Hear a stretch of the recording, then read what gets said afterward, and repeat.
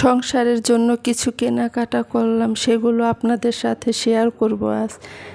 এই যে এই চামচটা কিনেছি কাঠের, বোতল ধোয়ার জন্য এই ব্রাশটা কিনেছি, টেবিলে গরম হাঁড়ি পাতিলে রাখার জন্য এগুলা কিনেছি 4টা, একটা সবজি কাটার কিনেছি, এই যে সবজি কাটার, তারপরে যে বড় একটা স্টিলের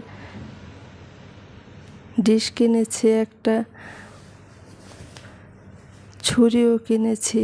আর এই যে এটা কিনেছি ডিম গ্রেট করার জন্য, সিদ্ধ আলু গ্রেট করা যায়, একটা বড় আচার ওঠার জন্য একটা চামচ কিনেছি, আলু ম্যাশ করা একটা ম্যাশ কিনেছি, একটা ব্রাশ কিনেছি, আর ভাজা পোড়া করার জন্য একটা কিনেছি স্টেনার, লেবু রস করার জন্য একটা কিনেছি, একটা ছাঁকনি, আর পুডিং বানানোর জন্য একটা কিনেছি বাটি।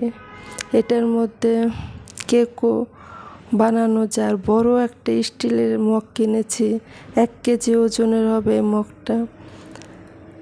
চামচ রাখার জন্য একটা 2টাই কিনেছি, একটা ছোট একটা বড়। আর একটা হাঁড়ি কিনেছি, ফ্রাই প্যান, চা রান্না করার জন্য একটা সসপ্যান কিনেছি, আর টপার কোম্পানিরও একটা তরকারি রান্নার জন্য একটা হাঁড়ি কিনেছি। সব কিছু আপনাদের সাথে শেয়ার করে দিলাম কি কি আমি কিনেছি।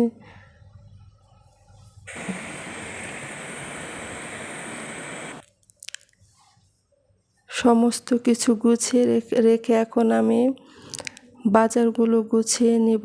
এই বাজারগুলো আমার হাজব্যান্ড রাত্রে এনেছিল, কিন্তু আমি গুছানোর সময় পাইনি। এখন সকাল 8টা, এখন আমি এগুলো সব গুছিয়ে নেব।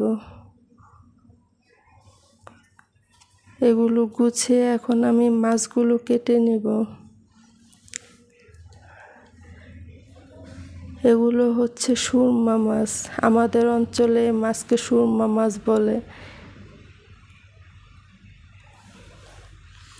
আমাদের নারীদের কাজের কোনো শেষ নাই।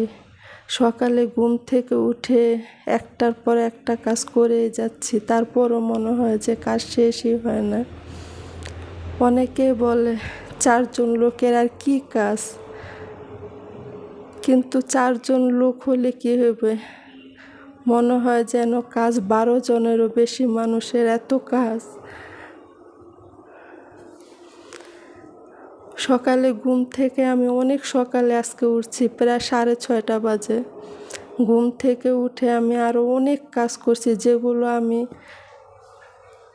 আপনাদের সাথে শেয়ার করিনি।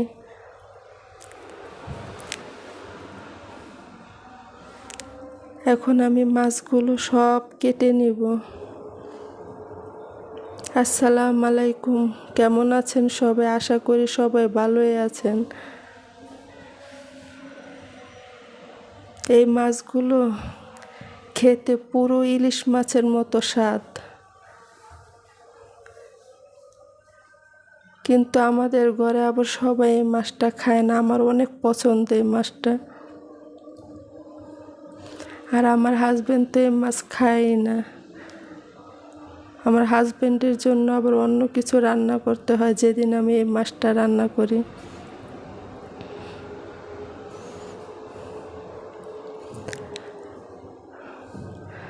আমাদের নারীদের বেশিরভাগ সময় রান্নাঘরে কাটে, দিনের অর্ধেক।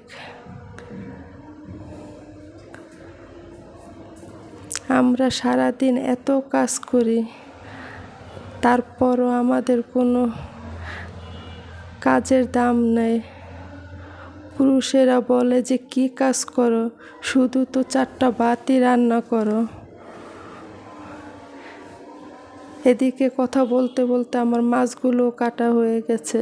এই যে আমি মাছগুলো সব কেটে নিয়েছি। এখন আমি রান্নার জন্য চলে আসলাম।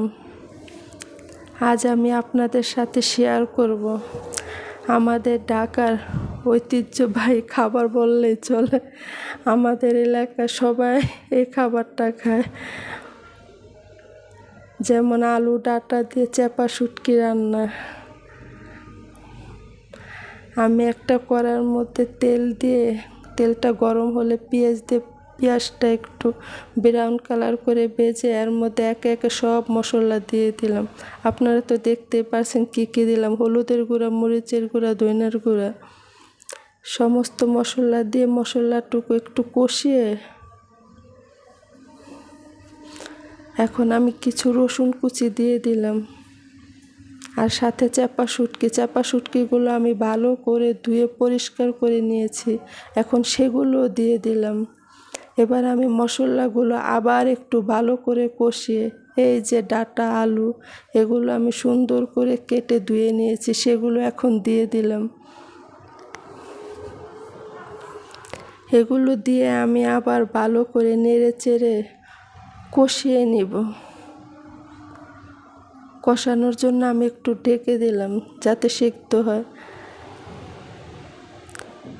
এখন আমার ডাঁটা আলুগুলো একটু সিদ্ধ হয়েছে, এখন আমি আবার ভালো করে নেড়ে চেড়ে দিব,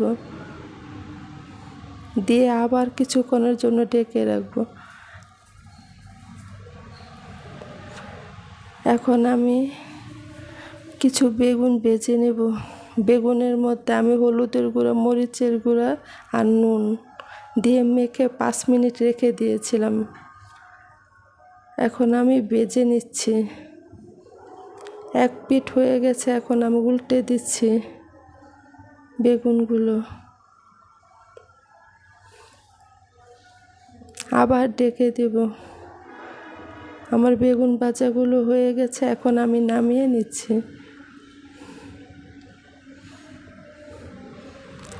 অফ ক্যামেরায় আমি আরও অনেক কিছু রান্না করেছি। এই যে বোয়াল মাছ ভেজে আলু টমেটো দিয়ে রান্না করেছি, তরকারিটা অনেক মজা হয়েছিল। এই যে বেগুন ভাজা, কমলি শাক ভাজি আর ভাত, এ ছিল আমার আজকের দুপুরের রান্না। আর ডাঁটা দিয়ে চাপা শুটকি ওটা আমার আগের দিনের রান্না ছিল, ওটা